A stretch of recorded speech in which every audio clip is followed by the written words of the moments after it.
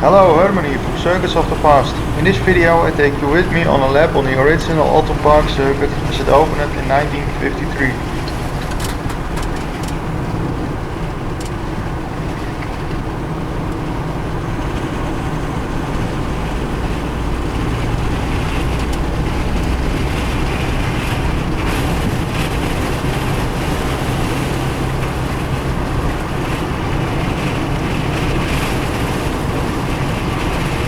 A year after the opening they built the extension along the lake. You can find more information about the history of the circuit in the description of the video.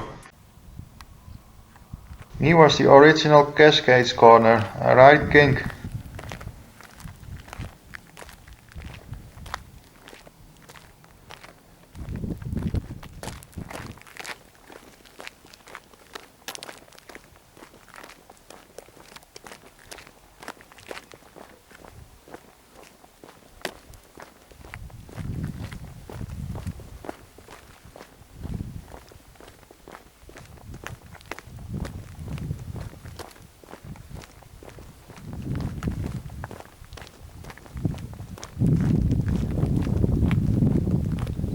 The name of this corner was Range.